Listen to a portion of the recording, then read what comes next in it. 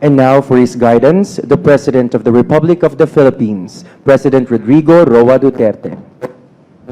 First of all, let me congratulate the local governments for their splendid response to the crisis. And of course, coming behind to take care of the people here during the rumble. Andito lahat. And I was even informed by Governor Mandanas that the first to arrive was General Bautista of the DSWD. I'd like to congratulate you for a job well done. This crisis seems to be a continuing one. Whether it will grow into a big explosion or it will simmer down, we have yet to let us see what develops in the days to come. It's up to the Dr. Solidum to make out something out of it.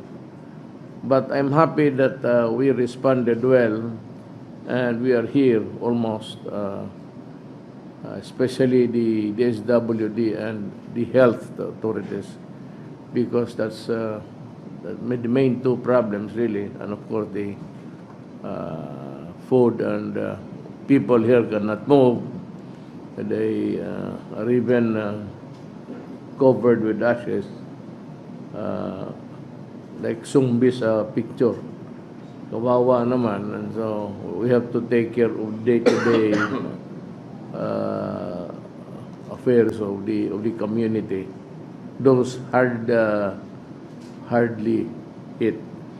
The local and national government must stay for a while and do their work until such time that we are ready to declare that the crisis is over.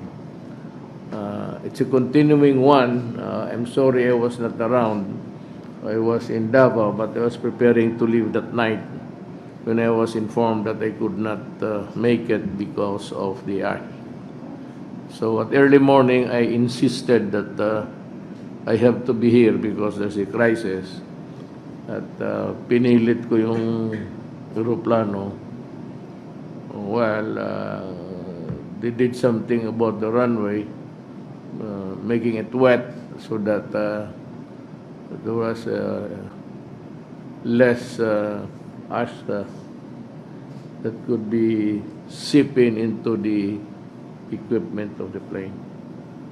I was here yesterday, early morning. So I arrived at 6 o'clock. And I was keeping track of all departments. Bing Bong was also there. He was the one in charge, actually. I was just receiving information from him. From what I've gathered and until now, what I saw when I landed, I am really very pleased, very happy that all agencies are here on hand and trying their best to do their best to help the community.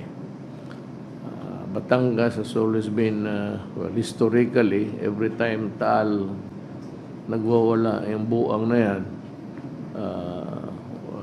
Batangas and the peripheral local governments, places, the communities are the first victim. And so it is not a surprise, but nowadays, I was informed, I was reading some materials last night, that there seems to be an eruption of volcanoes around the world. And so we are no exception. Ours is the biggest, Mount Apo. You can see it in early morning. It's a very scenic view. But if it will explode, it will. I hope we'd have a hard time to make to run to the sea to swim. Malaki yan. If you've been to Davao, early morning makita mo yan. It rises very tall in the horizon. Ito naman ito, but you can never can tell. Actually, volcanoes are very deceptive structures. It might really look small, but you would never know how big it is, what's boiling inside in the bowels of the earth. Or it could be a big one, but quite docile, like the Davao. The last explosion was about centuries ago. We're a bit lucky. But Taal is the noisy one, and maybe you have failed to make some offerings there. You should go there and say a little prayer and offer something. Let's go by the primitive way of doing it, just like what our forefathers were doing. You make some offerings. It was true then, but it might be true now. Well, we are a Christian country. We believe in no other power than God. But you know, alongside with God, ito yung may mga ari ng mga bulkan, yung the Mount Makiling. We have been to Peru. It's a sacred. They say that Peru is. We've been there, but I didn't have the time to go around. But you guys who went with me during the, was it the epic? Yeah, it was the epic. I was just a little bit off my, because I didn't like Obama, and he was there sitting in front of me.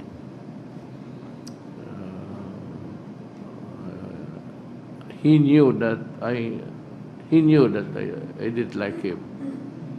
Not in so many words. Sinabi ko rin ang gusto kong sabihin. Although it was an expected behavior, but well, hindi man natin, I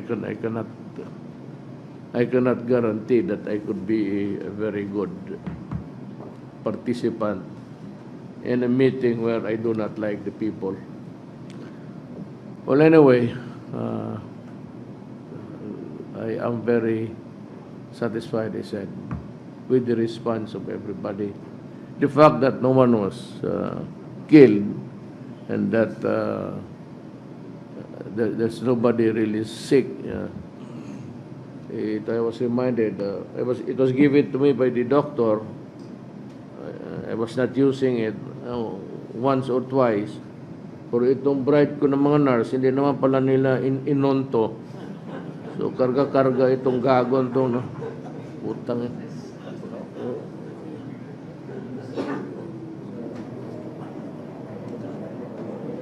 I'd like to kill her, but I need her very badly. She's my friend, she's my enemy. Every day we quarrel. Kalabang ng buang na yan. Pero she's the one that's taking care of me. Matter of fact, she's the one who can enter my room. She's the only one. So, nandito lahat. Health, sigurado yan. The immediate and urgent need would be the health people, because yung respiratory, ayaw ko yan, masakit sa ano. Just like I was given one, masikip sa. So, but when I went down the chapel, everybody was not, or everybody, some were, but almost everybody na wala namang maskara. Batangas is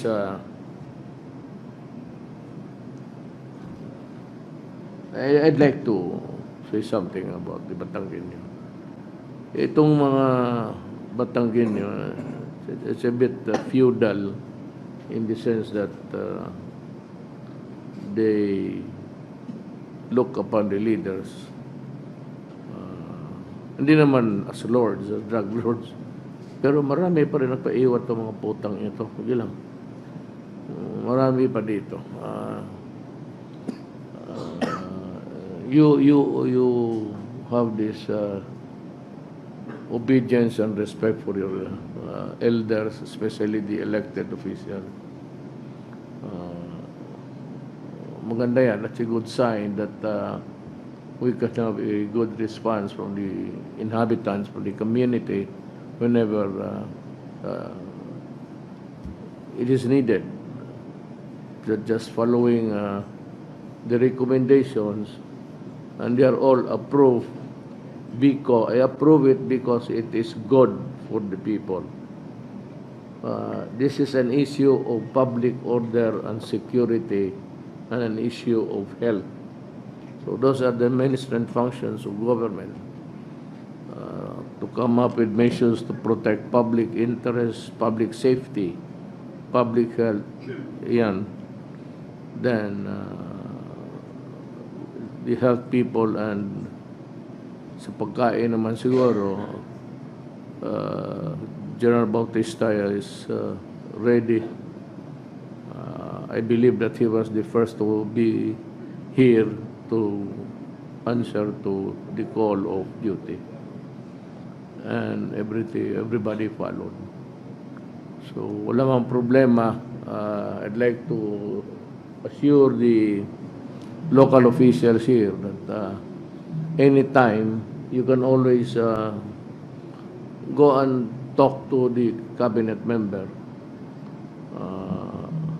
May mga bahay ba na nasira? Marami po, at patuloy-tuloy pa rin po, Pangulo, Mayor, na talagang ngayon tuloy pa rin ho. Dahil po nung ashfall, bumigat po ang mga bubong. Kaya yung pong tremor, kapares po ng sinabi ni Director Solidong, tuloy-tuloy pa rin po. Kaya ho, para ho yung tikatik na ulan, na kahit gaanong katigas na bato, ay talaga hong matutunaw yan. Kaya yun ho nangyari. So, ngayon po, pagpunta ko po dito, meron pong mag-asawa, yung babae, at lagi ay kinuna ng blood pressure at na-tense dahil nabalitaan po na yung iniwanan nilang bahay ay bumagsak. Ano po? Ay sabi yun na lang ang kanilang pag-aaray at ganon. Kaya po yung ngayon, sabi naman natin, tutulungan po natin. Yes. Yung pong ating mga karsada, delikado po ngayon dahil napakakapal ng ashfall at pag-ulan nga po nito, ito po ay titigas at dudulas. Kaya po, mabuti, nakikipag-usap po naman ako, halimbawa sa ating Secretary of Labor, na meron pong budget para sa pagbibigay ng hanap buhay, kaya makakatulong din po sa livelihood, kailangan po nating alisin ang mga bagay na ito. At sa Department of Trade naman, nakikipag-usap rin po ako sa tungkol sa livelihood, pwede ngayon po silang gamitin naman ito paggawa ng mga hollow blocks para sa ginagawa sa Pampanga.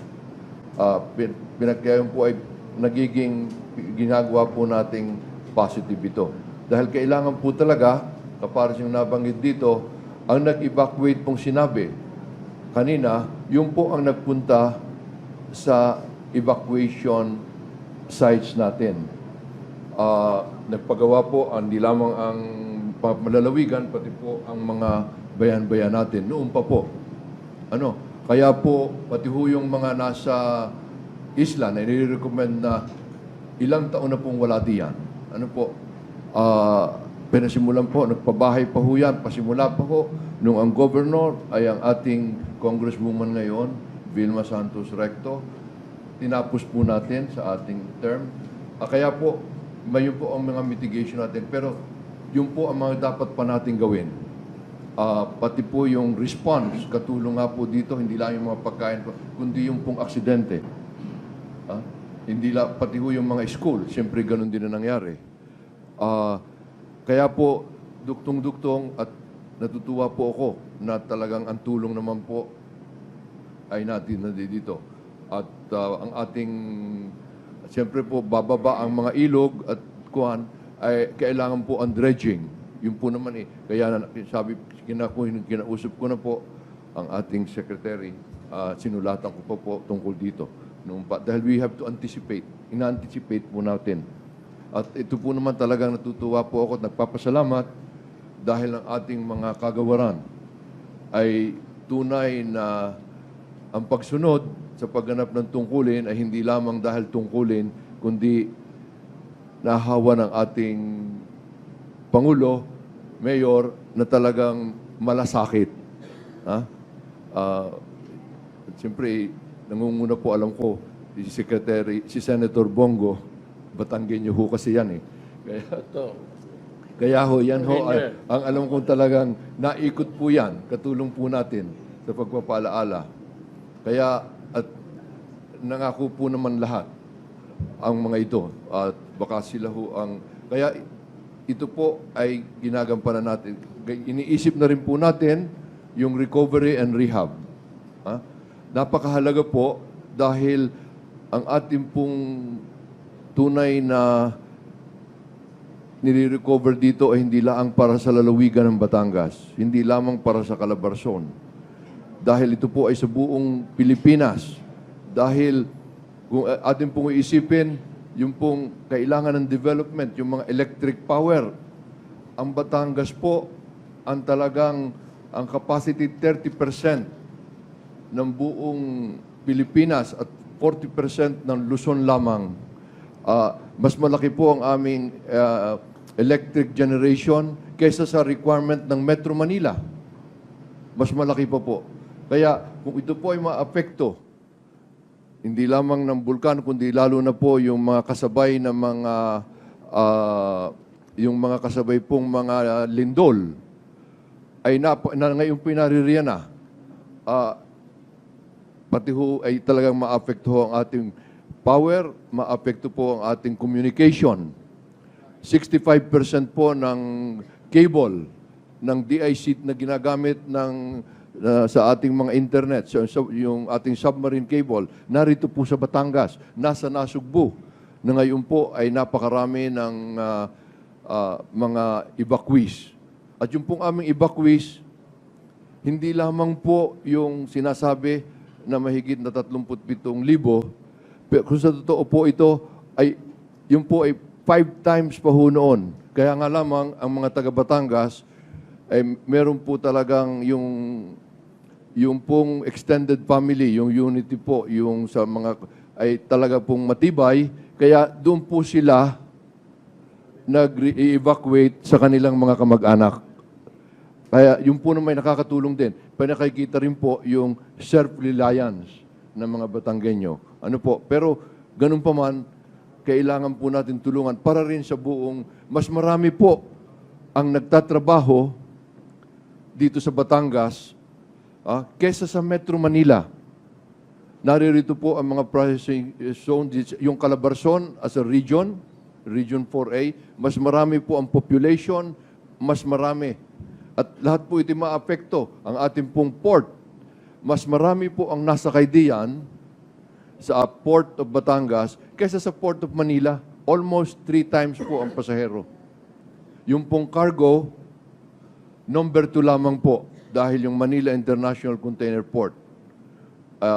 Kaya malaki po ang epekto nito.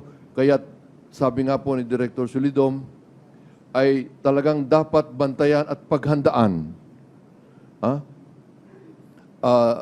Dahil ang pinag-uusapan po natin ay hindi lamang Batangas, hindi lang Calabarzon. Ito po ay buong Pilipinas. Pag nangyari po ito. Power, from the point of electricity, our transportation, our fuel, even our raw materials for plastic, yung pong ating kaisa-isa ay naririto sa buong Pilipinas, ang ating JG Summit. So, marami pong infra na naririto sa atin. na talagang kailangan pangalagaan. At sabi ko nga po, natutuwa tayo na ang Pangulo ay talagang nangunguna na at nahihila ang ating mga kabalikat sa panunungkulan. At kami po naman ay alam po naman namin katulong ang ating mga local government officials. Halimbawa po, Agoncillo, yan po ay may population na 50,000. Wala pa hong 1% ang natitira ngayon. Isa napapunta yung ngayon wala pa hong 500. Ang natitira ngayon sa population na 50,000. Ganon din po, halimbawa Talisay, ganon din kalaki. Doon naman ay siguro 95 ang umalis na. Kaya yun ho ang epekto nito. At ganon din ho sa mga trabaho nila. At ganon din po sa pag-aaral. Kaya po, natutuwa rin kami na full support din po ang ating Department of Health. At kaya nangunguna po naman tayo sa pag-support at pati sa funding ng ating Universal Health Law na kung meron tayong, at ngayon, makikita natin ito. Sabi nga ng chairman ng ating PhilHealth, ay talagang, dahil ngayon po, under that law, nasa lalawigan ang talagang pinakaugat ng lahat ng ito. At full support po ang Department of Health sa paggaganap nito. At ang lalawigan po naman, paghahanda dito, noong pa ho nakautang na kami. Available na po ngayon, approved na po yung budget na 4 billion more than double po ang budget namin ngayon. Lahat pong barangay, bibigyan namin ng rescue vehicle, which serves also as ambulance. Meron po, yung pong aming mga ospital, lalo na po ngayon sa respiratory danger ngayon, ay dadamihan po natin ang mga equipment natin. At dito po katulong ang PhilHealth and Department of... kaya po, mahalaga po yung preparedness at yung po recovery makakatulong po ang itong pinaghandaan namin. Kaya nagpapasalamat po muli kami. At ganun din po, nakausap ko na po ang ating agriculture. Malaki na po ang nakausap kami, naka-budget ngayon. Yung nga pong labor. Noong pa naman, nag-uusap na kami ng ating pong secretary ng mga pagawaing bayan na i-download na. At lahat pong kagawaran, ang ating pong department, ang ating pong NEDA, the secretary, nagkausap na rin po kami na talagang bubuin po natin yung ating, at pagtitibayin yung ating Regional Development Council. Dahil ito po ang nagbabalangkas at nag-i-endorse ng mga projects na bibilis-bilisan ayon sa build. Talagang kailangan ang ito po. Kaya lahat po ng mga kagawaran natin ay talaga pong tumutulong. At siyempre po ang ating National Disaster Reduction, nangunguna po yan sa ating pamimigay ng tulong. Pero mahalagay po yung ating recovery and rehab na ngayon po pinasisimulan natin. Hindi lang po response. Kasama na rin po yung mitigation at yun nga hong recovery ang napakahalaga. Kaya yun po ang ating masasabi tungkol dito at katulong po natin ang lahat. At ang una rin pong tumawag, bukod kay Senator Bong, ay si Executive Secretary Mijaldea. At maganda po naman ang samahan ng mga local government at sila po ay tumutulong din. Hanggang mga taga-Sambuanga, magpapadala rin po. Pati ho mga Davao City. Sa Davao City, kahit nung magkalindol kami, kaagad, nagpadala rin ng tulong. Kaya po, gusto po naming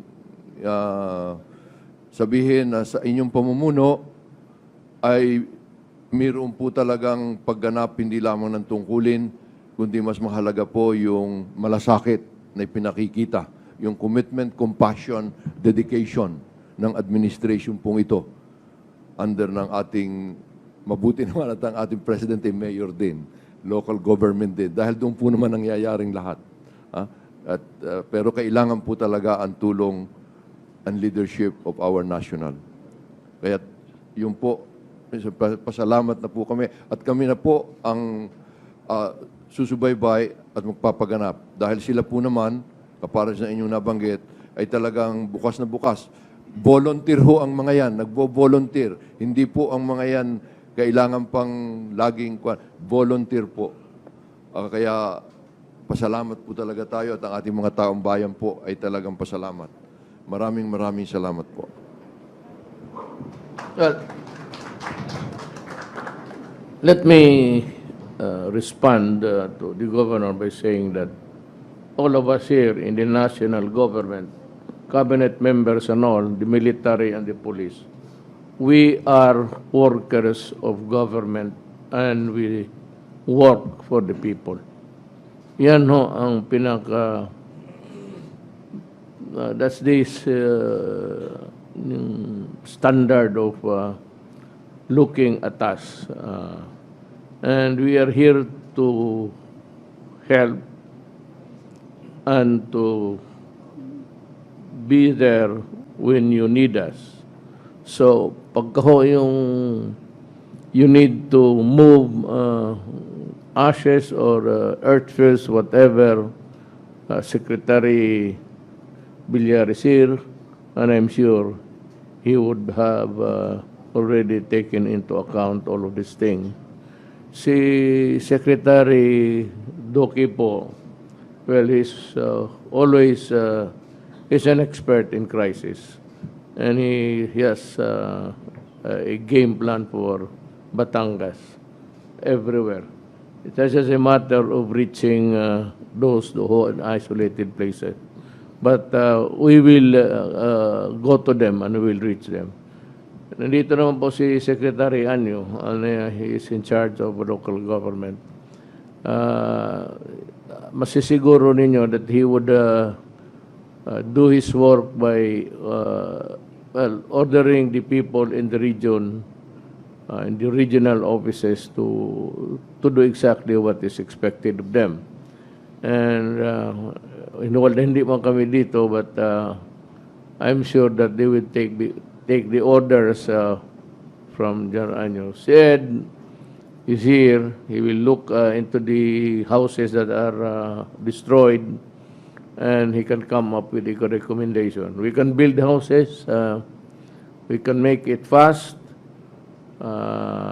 Ed can help by, in matter of months, he can build houses for you, for those who are really in need of a new shelter. If it's just a matter of cleaning, then pag wala ho kayong tao, the Philippine Army is ready to do that for you. Wala ho kayong problema.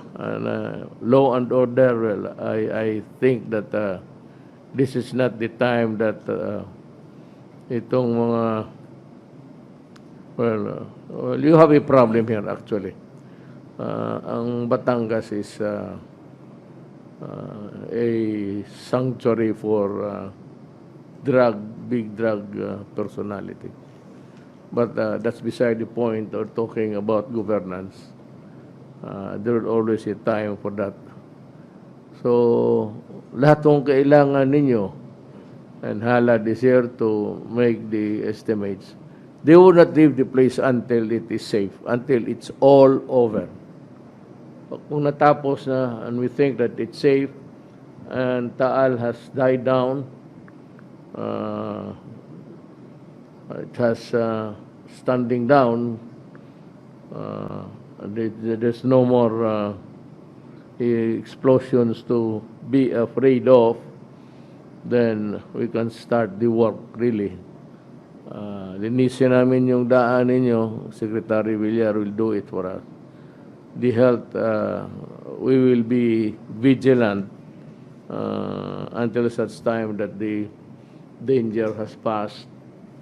The local government will function more efficiently because we will be in contact. Cellphone lang naman yan. Sasabihin lang ng secretary kung ano ang dapat gawin. But we would also be happy to receive your complaints so that we can act immediately. We want to work, I said, because we are workers of government. Do not look at us. Look, when you address me, when you write me a letter, do not place there Your Excellency. I will throw that letter to the basket. Garbage. You just address me as President or Rodrigo Duterte, period. I hate to. We are not in medieval times. We are no longer. We are not. That thing is a passe. It's only good for the bishops. But the President, I don't think it's an appropriate salutation when you address me. Nakukornihan ako. So when you write me a letter, just simply use my name, Rodrigo Duterte. Excellency is for royalty and hindi tayo, we are a working democratic country and we do not go overboard by addressing your president such a title. I thought I said it when I was there in the early days that to tell everybody to skip the word. Si Ayala sulat sa akin, Your Excellency. Gusto ko sabihin na hindi ito Spain. We are not in Spain. You do not address, doon lang yan sa King of Spain. Just address me as an ordinary citizen. That's what I am. I stay there. I have about a year and so many months, then I go. I'd like to solve the problem. By the way, come to think of it, one is that we must, before I go, we must be able to build evacuation centers. So, kung may there's enough money in DIGA sa calamity, we will get especially itong provinces that are facing the Pacific Ocean. They are the windows of the Philippines in terms of typhoons and calamities. Whenever there's a boiling or a hot body of lagoons in the oceans there, they will generate enough heat to absorb so much water in the atmosphere and we have a typhoon. So, unahin ninyo, Ed, yung you build a very strong evacuation center. Wag naman yung as strong as the Titanic and then saying that even God cannot sink the ship because God will really destroy your evacuation center. Sabihin mo lang na it's really strong that can withstand the I'll give you the measure of the strength that can withstand the intensity. Place it at the intensity nung yung pinaka malakas noon? Marami yung patay. 220 miles. Yeah. Oh. Kilometers per hour. We observed 250 kilometers per hour wind and 7.2 magnitude. These are ang observed natin sa Philippines. So when you build the evacuations, in Mindanao, you have 2 kitchens for that. One for the Moro and one for the Christian. And dito naman sa evacuation center, just come to think of it. Yung papag-usapan na lang rin natin, since we are at it, when you build comfort rooms, yung maliliit lang, and separate yan. It's going to be like something, 10 rooms for the women, 10 rooms for the children, but separate. At saka malayo at the other end. Yung mas lalaki, yung yung pinakamalakas na higip ng typhoon, doon yan sila. Yung babae, siguro mo lang. And when you build it, the room, a small room for the toilet. Then this next room is for shower. Do not place the shower and toilet in the same. You'll be wasting something like the human kinetic movement. Kasi kung pag may naligo, hindi magamit, tapos maligo ka, may tumae, mabaho na, then you feel uncomfortable.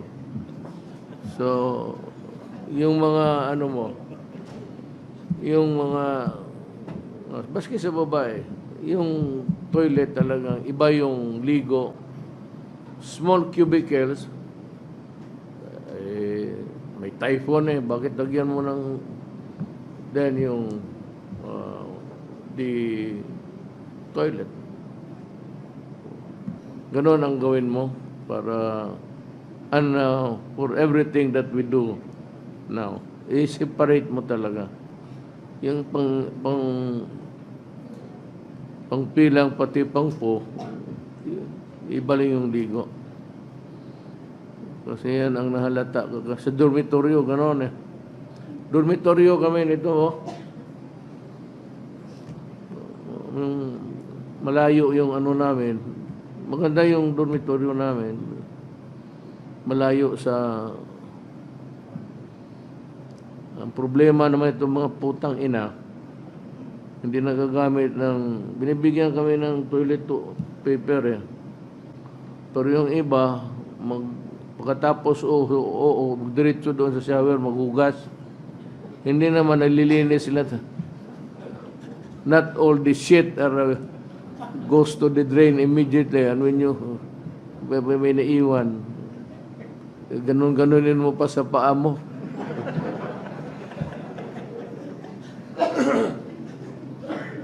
Kami ni sino ba kasama ko? Si Dulay. Yung kailangan matapos yung make it simultaneous, yung evacuation center. Unahin mo lang Samar, Leyte, Isabela, takot man ang typhoon sa doon sa mga Ilocano. Ukinam. You already have a model for yung evacuation center. In fact, we already constructed several, di ba, Rick? Agawan tayo, we have one in Tubigaraw, one in Iloilo. So meron tayong model na all we have to do is... The one that's, you said that can withstand the... Yes, sir. That's now the standard Standard, sir. evacuation center. That was approved by the cabinet Yes. last year. I hope that you can finish it before my term ends. I do not want anybody dito sa inyo, especially the cabinet, do not start on projects which you cannot finish beyond my term. I want projects that can only that are doable and can be finished during my term. That's the reason. That's the reason I did not accept the offer of Congress to start a project dyan sa EDSA. Said, that was asked by Tugadi and the rest during the early days of my term. At sabi ninyo, kasi makurap, there's one lady senator was very noisy. Everything that she observes, yung nauna sa utak niya is corruption. So, sabi ko, kung gano'n ang utak ninyo, wag na lang. And so, they renewed it just recently. I said, what? What can I accomplish in 2 years? What? so that I would leave the office with so many projects in EDSA unfinished. At sabihin pa ng mga tao, kita mo si Duterte umalis yung projects niya, nagkalat, dinala yung pera kaya hindi natapos. So, when I was mayor, I really saw to it that all projects must be finished during my term. So, wag na kayong do not dream of any yung malalaking na hindi matapos. Kasi hindi ko approve yan. Ayaw ko mag-iwan na project na hindi tapos. And also yung this is different because this is not about typhoons. Ito pero just food for thought for everybody. Nung dinoble ko kasi ng sweldo, pati yung mga madre, pati na sila. Itong mga teachers, galit. You know, if you compare the number of soldiers and policemen doon sa number of mga teachers, there are millions. Na ito, look at your soldiers, your policemen. Pag may pumutok na bulkan, sila punta kayo doon. Pag may landslide, sige, kutkutin ninyo yan doon. 24 oras walang pahinga. Pag may flood, sila yung pupunta, yung Navy. They work overtime. Pag may gulo, kanila. So when they go out of the station, they go out of the camp, tayo mga civilian, may batting average is about going home safely, about 80. Itong mga to, paglabas ng kampo yan to patrol the mountains, there's no guarantee that on the low averages, they are on the low side of making it back home alive.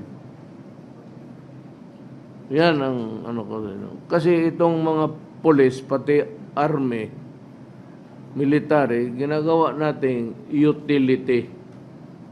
No, before coming here, I was at the wharf to send off the 2 ships. Sino nakakarga doon? Army. The Marines. Bakit yung Army wala ba? Wala ba? Marines lang. Yung Marines. And they will be there to carry the bags, to carry the babies, to carry the... Yan ang trabaho. Hindi kasi nakita ng tao gaano ang sakripisyo ng military pati police. Sila yung pinapapagalitan, sila yung sinisigawan. Kung anong problema na you cannot solve, you call the police and call it. You do that. You climb there to the highest mountain and fix the thing. Kaya ganon. So, we rely kaya ng pang araw-araw nating governance. Yung utility boy natin is the police and the military. Remember that. Kaya na yung mga teachers na sumisigaw hindi pwede. Wala akong pera, ganon kalaki. Kung meron lang, bakit hindi? Nanay ko, public school teacher.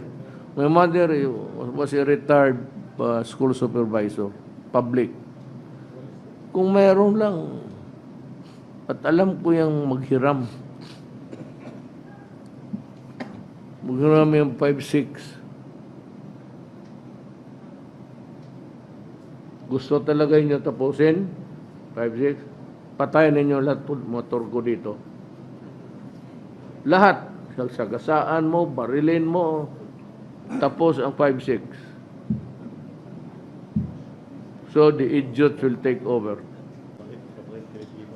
But again, I'm warning everybody. Nandito sa ano, do not be offended because it is true. I will not be imposing on you with this narrative kung masasaktan kayo. Ang Batangas talaga remains to be a red spot. Marami dito talagang gustong yumaman. Of course, mayaman ka. You get all the perks that life can offer, money, but it's going to be short-lived, at least during my term. Ako, nag-warning na ako, so maybe in not so many incidents, malaman ninyo yan. And it's true because you are into drugs. Do not shit me with ano. Nakikita ko kasi yung bangko ninyo. Kung makita ko may bilyon-bilyon ka, saan mo kinuha yung putang ina yan? Mayor ka lang tapos may bilyon ka sa bangko. That's like in Bacolod. Marami nang namatay doon. Yung mayor ng Mabilog, kasi mayor Mabilog, brother. Alam mo, tinawag ko na yun. Alam mo ninyo, tinawag ko na lahat kayo. Lahat ng mayor. Sabi ko, huwag kayong pumasok dyan. Putang ina, papatayin ko talaga kayo. Mabuti yan si Mabilog. Sabi niya kay Bong, galit si mayor sa akin, Bong. Sabi ni Bong, ikaw raw ang sunod. Putang ina. Gago, hindi na bumalik. No, ganito yan. Drug will destroy my country. I will not allow it. At least not during my term. Drugs will kill the youth of the land. Saka yung magte-take over, well, a good number of them would be, alam mo, pag nabuang na sa droga, nabuang na talaga yan. Wala na. They are useless idiots. Might as well kill them. They just sit in a corner and they do not eat. Sa bagay, kung hindi mo kuha itong animal na to, wala tayong sa bigas. Wala tayong crisis sa bigas. Ang problema, kung ma-rehabilitate yan, kaya malakas ng kumain ng buang, magpataba. But I said, the success story of a rehab getting back to normalcy, I'm telling you frankly, it's very low. Mag-slide talaga yan. Karamihan yan mag-slide. And the family is broken. Alam mo, pag ito ang asawa tinamaan, diba putang inang human rights na yan? May human rights ba dito? Sakalin kita eh. Pag tinamaan ito, the family becomes dysfunctional. Babagsak lang yan. Mag-aaway na ng asawa. Buti yan sa mga mayaman. Pero karamihan dito mahirap. Mag-alis. So what's the easiest way to get out of the morass that she is in? She will leave the family, bring the children to their relatives or neighbors, then she go to a recruitment agency, but patayin mo yung mga. Pagkatapos magtanggap ng trabaho. You know very well, but most, hindi lahat, but Arabs, they practice, if you are a slave or a paid servant, rape is always part of the territory. Kaya makita mo, tumatalo na lang. Tumatalo na lang sa bintana. Kaya gano'n na lang sakit ng loob ko. Ngayon nung pinatay na binugbog. Walang Pilipina namatay dito na sabi na heart attack, hypertension. Pag uwi dito, yung katawan, bugbog talaga. Parang aso. Parang aso na pinakahampat. The only way, hindi ko naman mapigilan.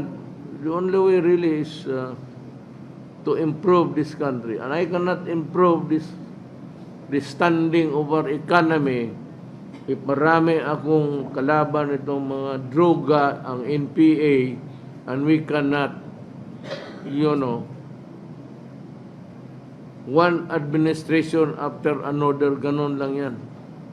If you cannot kill all of these NPAs and kill all of these drug lords, mahirapan tayong we are like a plane in the runway, nasa runway lang. O hindi tayo nagtitake off kailanman. No, they say that the economy is better. I don't claim any credit for that. But for me, it's still the same. As long as the Filipinos really are jobless and we cannot improve the country because the countryside is full of idiots who think that they can take over government. Kapag bubo naman itong mga NPA na to, putang ina. Gulo ng gulo. Hindi naman nila kaya take over this country. They cannot even occupy anong barangay for 24 hours. Sabi ko, sundalo, patayin mo na yan. Walang silbi yan. Sige, surrender. Tapos bumalik. Which is better? Look, there's so many families rendered dysfunctional. Putang ina, paano na lang yan? How do we cope up with this? Patayin ko yung isang putang inang dead carcass dyan, tapos itong bleeding heart ng human rights. Hindi nga nila alam, criminal itong mga putang ina. Itong pinatay. Itong rape. Let me go that you are here. Yung DSWD. You have to come up with the program dito sa the police and yung rape ng mga bata, especially Quezon. There's a serial rape is there. Almost every day makikita mo may rape na pinatay.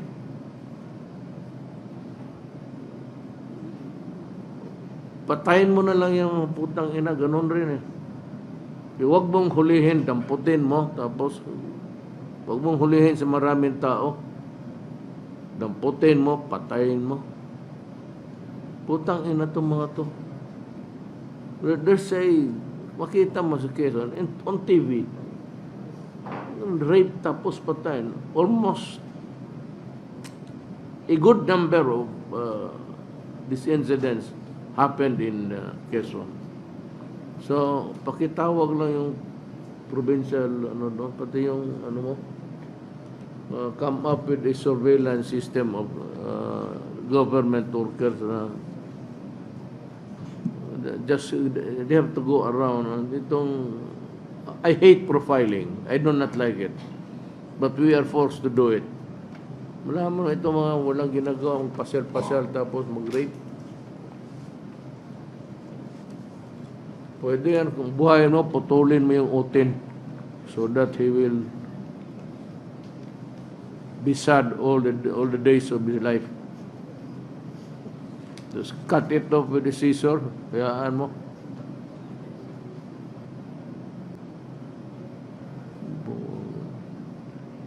That's one. I have so many problems too. Nakalimutan ko sa helicopter, marami akong inisip. Pagdating dito, makikita ko magandang babae na wala na. Really, I love beautiful women. Next statement, sir. Yes. Sir, you have approved the recommendation a while ago, but Yes. I believe that I strongly believe, recommend that we strictly implement the suggestion or the recommendation that the Taal Island will be declared no man's land.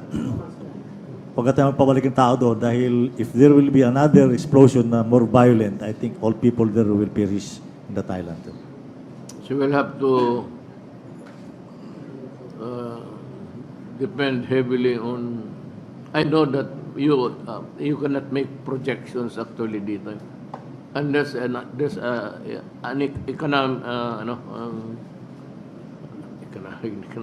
there's an activity there which can be seen visually, or it manifests itself with itong fume, but otherwise kagaya ng earthquake.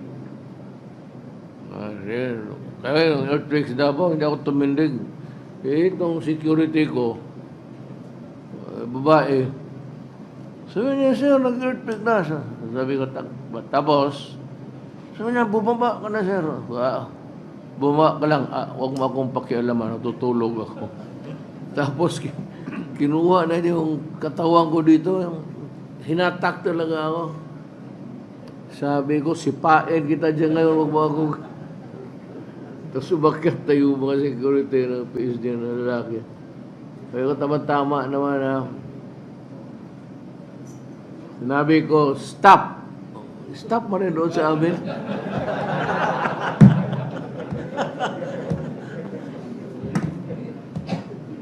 What a way to go. So if it's just possible that we have enough people really who have the power to say, just stop. Pero putang ina itong mga droga. I'll make it, I'll say it again for the end time. Itong mga droga, stop. Hindi ako si Kibuloy, ha? Putang ina. Papatayin ko talaga kaya. Totoo yan. Hindi ako magtago. I will not hide my hatred and contempt. Kasi para sa akin, pag ginagano, para kang hindi ka lalaki. Tumi hindi ka tao. Yung ganon tingin ko sa mga drug lords, putang ina, para kang aso sa akin. Totoo lang. That is how in my paradigm, in my dimension, yung mga kriminal na pinapaghirapan yung kapwa-tao nila. Ako na mayor ako. I've been mayor for 21 years. Ako na isa sa mga... Nung na mayor ako, sinabi ko na umalis kayo. Sino yung ayaw umalis, mamamatay kayo dito. Yung umalis, sabihin mo, kung wala kang pamasahe, bigyan kita. Gusto mo maglipad, mamili ka. Cebu Pacific, PAL. Bigyan kita ticket. Yan ang katumbas ng buhay mo. Ayaw mo? Sige.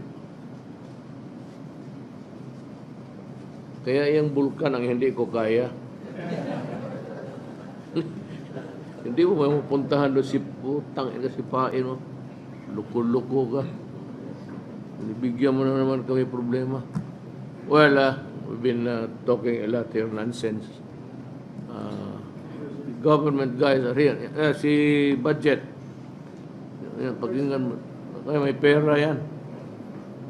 Mr. President, good evening to all.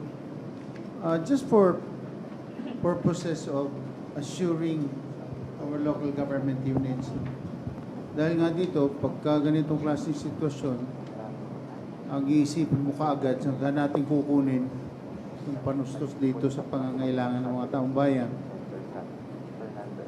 Based on our estimate, ang income po ng buong lalawigan ng Batangas, kasama ang lungsod ng Batangas, Lipa, Tanawan, at lahat ng mga bayan, meron po kayong mahigit kumulang 1.1 billion pesos, no?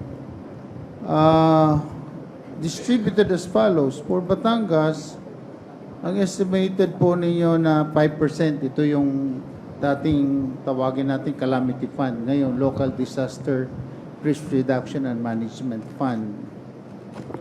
Meron pa kayong 248,978. Ang Batangas may 173,982. Lipas, 125,457. Tanawan as 109,917, or a total of 409,357. Lahat naman ng mga bayan po, base sa kanilang estimated income din for this year, meron din po silang mga sari-sariling local disaster and risk reduction management fund. Ang sabi ko nga kanina, we just want to assure you that you have funds that you can utilize. At the moment that the activity of Taal is ongoing, you just follow the guidelines in the utilization.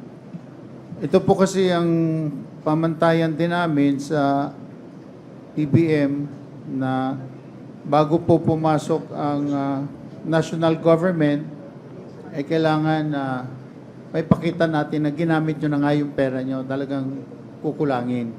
Para sa ganon, yun din ang rekomendasyon ko sa Pangulo na aprubahan lahat ng mga pangangailangan because most of these either will be taken from the National Disaster Risk Reduction and Management Fund o NDRIM o di kaya sa contingency fund. Depende. But at the moment, I would imagine that lahat ng mga departments natin, lalo na yung mga first responders, are getting their funds from the continuing appropriations that they have. But anyhow, we are assured that the government has more than enough funds. I say more than enough because we're still beginning the 2020 national budget utilization. But base din sa nandito sa nakikita ito sa General Appropriations Act. Ang DA may 1.5 billion, ang DepEd may 2.1 billion, ang DOH may 600 million, DND is about 250 million, DPWH 1 billion, DSWD 1.25 billion, NEA, yung National Electrification, meron din silang 100 million. And that therefore, we'd like to assure the people that the government is doing its best and managing the funds necessary to respond to all these needs. And as already stated, we will be consulting and securing the approval of the President in all of this, particularly in the utilization of the NDRIM funds. Ito yung sa National Disaster and Risk Reduction. So yun pong aming gusto lang na maparating sa inyo. Huwag po kayong mag-alala at base sa kautusan ng Pangulo ay nakahanda naman po ang national government na rumismon. Well, ganito yan. May I interrupt you. Ito pera nitong na yung sabi nila, yung mauna muna sa kanila before the government will go in. How fast can they get the money and use it immediately? Pagka ho, base nga doon sa una kasi ngayon relief and retrieval, etc. Sunod yung rehabilitation. So again, we will take the cue from kung infra yan, from DPWH, kung housing yan, from DSUD. No? Ganun lang ho yan, Mr. President. But madali ho yan. What I'm really saying is, for the meantime, gamitin na ng local government kung ano yung meron silang pundo. No? Para nang sa ganun, hindi rin mag-atubili ang national na, sige, sundan natin yan kasi kailangan gawin. No? In fact, yung mga first responder agencies natin, antimano, may naka-umang na yan ng mga assistance So yan, ginagamit nila. Sa ngayon, wala pa kaming nakukuhang request for availment under the 2020. So I would imagine na continuing appropriations yung ginagamit nila. But eventually it will dry up and that therefore they will start requesting for release of funds, which we will really also respond immediately. So yun lang po, Mr. President. I'm a very impatient man. Maybe defect in the character. But the universal complaint dito sa gobyerno natin is the grid, the long winding road of what you can get. But yung papel. Can you abbreviate the protocols? Yung paano padalian mo. Well, for example, if the request is there, mapasok doon sa logbook, siguro mga isang araw mo, lalabas na yan if it's there and if it's for the spending. When there is really need to inquire whether what are you going to do with the money and how are you spending it. If the purpose and the intention has already been deliberated or passed on, and it's a matter of just ang ano ng tao is yan talagang upuan yung papel. So, nandito man tayong lahat ngayon nakikinig. That's the including sa ano mo, Secretary Villar. Meron rin ganun. So, I'd come up with a program or an executive order maybe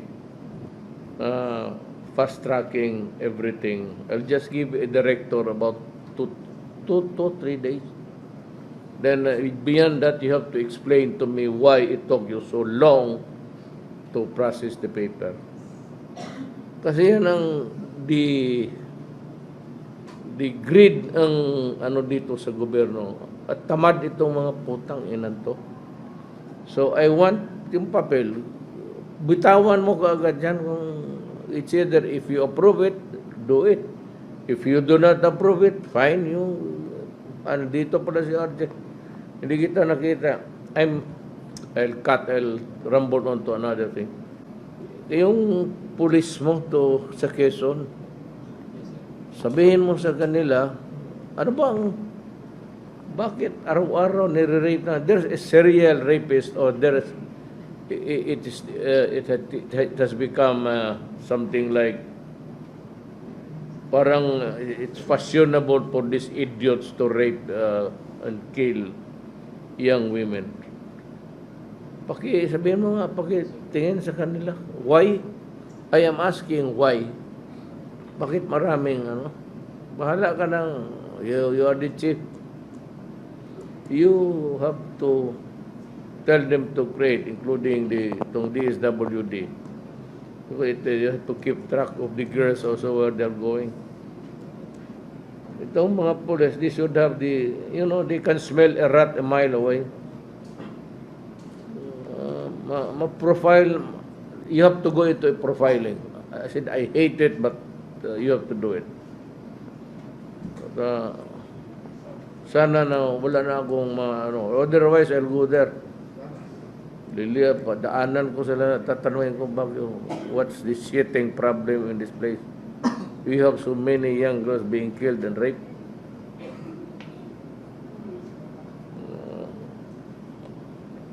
Otherwise, I'll be forced to call upon the army to participate, go overt in civilian clothes and help. Marami ng patay. It has become intolerable, the number. Hindi na, it's not comfortable to me anymore. So we have to do something about it. Itunahin ninyo ang Quezon. Putang ina, may serial rapist dyan.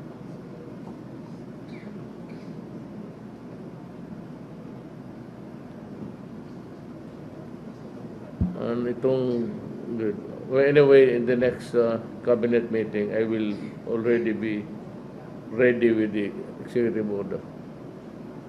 I will ask you to abbreviate at i-limit mo yung opisina na dadaanan.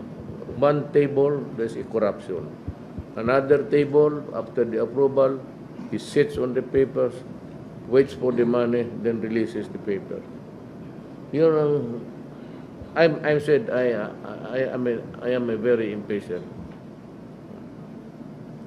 Kasi sabi ko nga, it might be a defect in my character, but that's how it is. Kasi kung wala rin ako matatapos na pagka-presidente, wala akong... So,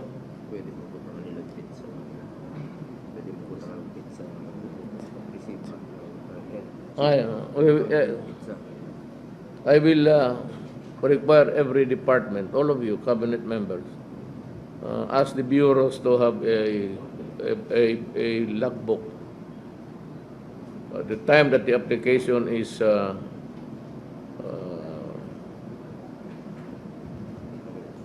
sa bureau,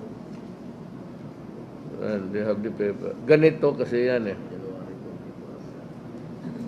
Sabihin mo sa kanila, you write all the things that you need for a particular transaction or paper or document in your office. Ilista mo doon sa logbook when it was submitted.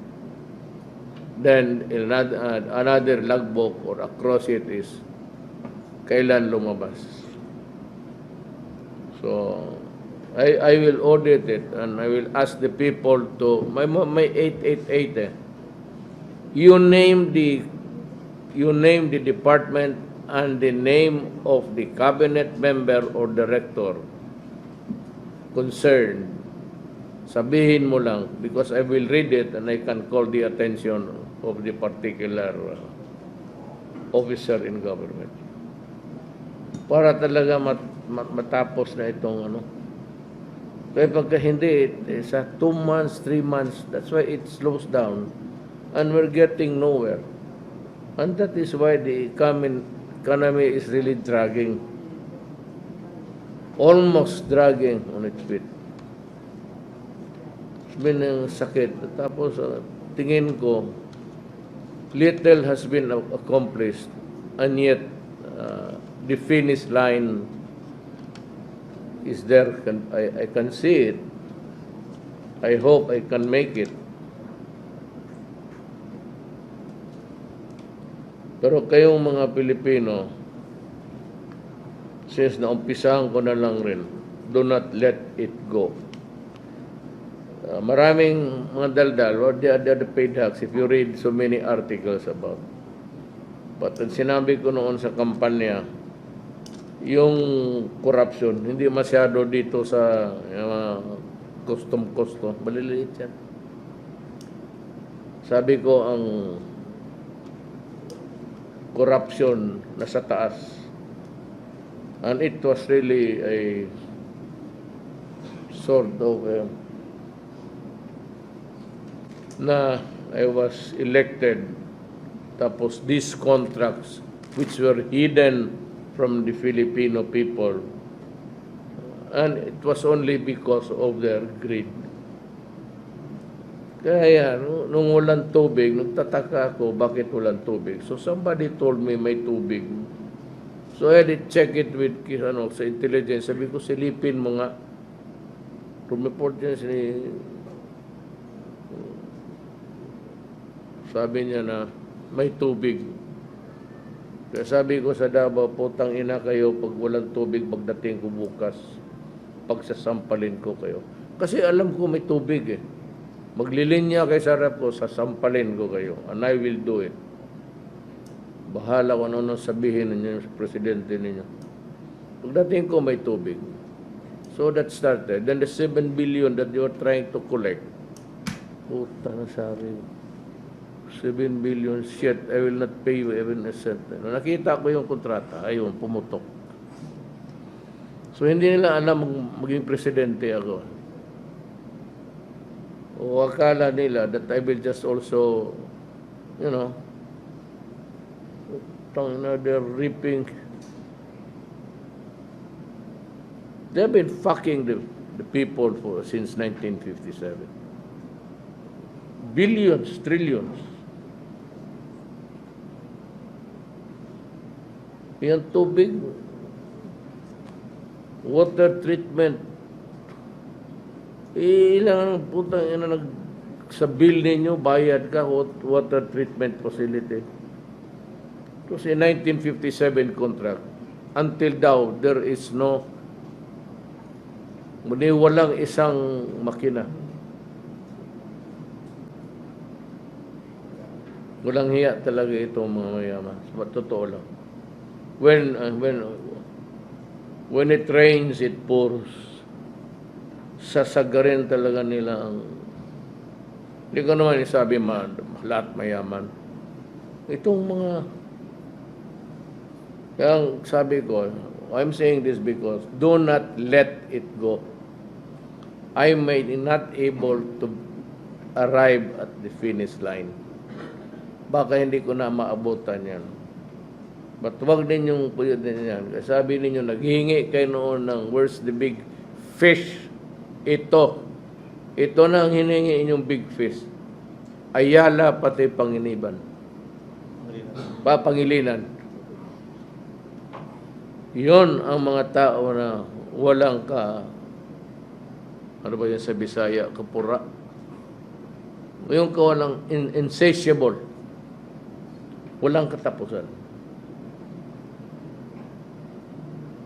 Sabi nila magkagulo, sabi na, economy will go down. What can I do? Sabihin ko na lang, go ahead. Nandyan na yan. Kahit masabi that the economy will slow down. What can I do? There is a serious violation of the Constitution. As a matter of fact, that contract right at the beginning was null and void. Isang tingin ko lang, hindi naman ako bright, pero I was a prosecutor all my life. As a trial, that was my job. That the corporate tax will be passed on to the consumers. Di wag mo nilang i-tax. Tatamaan din pala ang tao. And yet that contract was approved by lawyers now in government. I hope Drilon is not one of them. Kasi when I decide to, ididemanda ko talaga. I will file the charges of it's either plunder or syndicated style. Huwag kayong matakot. Mapotol tubig. Hindi matakot. Putang ina, I will expropriate, nationalize ko yung tubig. I will take over. Karaming military dyan na marunong. Simple lang man yan. We have enough technical people in the military to do it.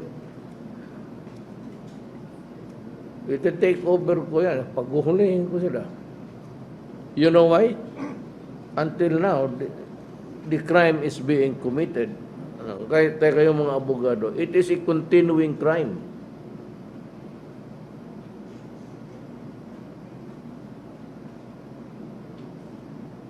Mga walang hiya itong mga putang. Kung sabi nila, galit ako. Talagang galit ako. Sabi ko nga, tayo mga politiko tayo, magka-diferensya tayo sa ibang bagay, okay lang pwede pa natin pag-usapan. But never kung bayan na ang no deal tayo dyan. No deal tayo. Kung ibang diferensya lang, walang. Pero ito yung hinahanap ng all these years since how many presidents. They've been looking for the biggest corrupt, biggest fish. Ito. Kaya sabi ko, kayong mga Pilipino, if I do not make it to the finish line, do not forget this case. Ito yung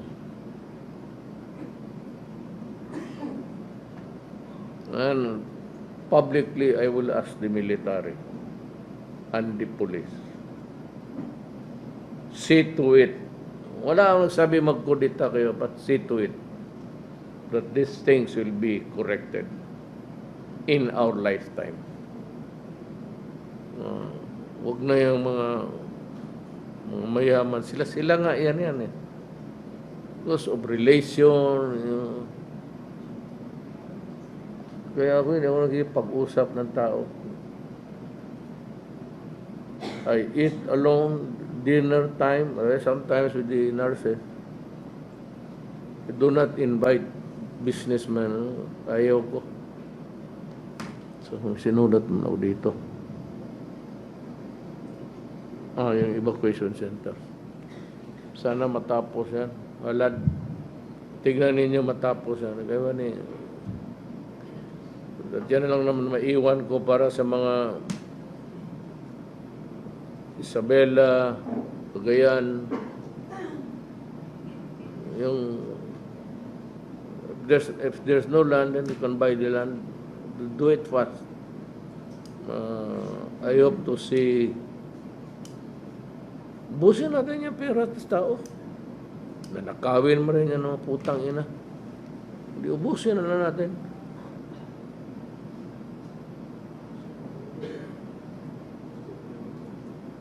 So, sorry for the nadadala lang ako sa kaya nga sa hirap-hirap natin may mga magdanakaw pa na puta kailangan natin ng pera. Kita dito water treatment 1957 hanggang ngayon wala. So naawa ako kay Roy. Roy Simato is a very dedicated military. So, kilala ko yan. Ito sila. Ito, dumaan ka. Ed. Ito. Kayong dalawa, nag-task force Davao ba, no? Archies from Davao. I know all of you. Halad. May pulo military kasi madali kausap ng military.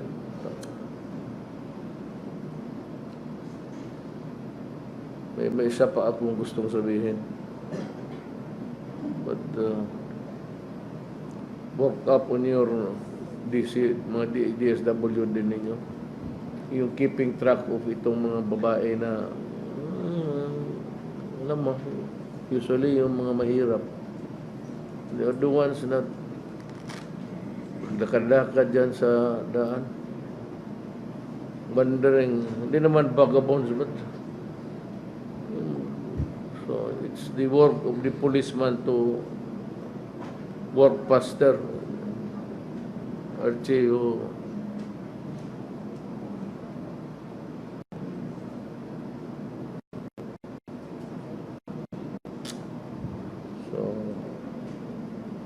wala, text na itong katabi ko, mga heart ko, may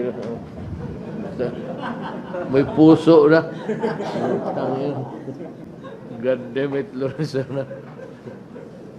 Are you at it still?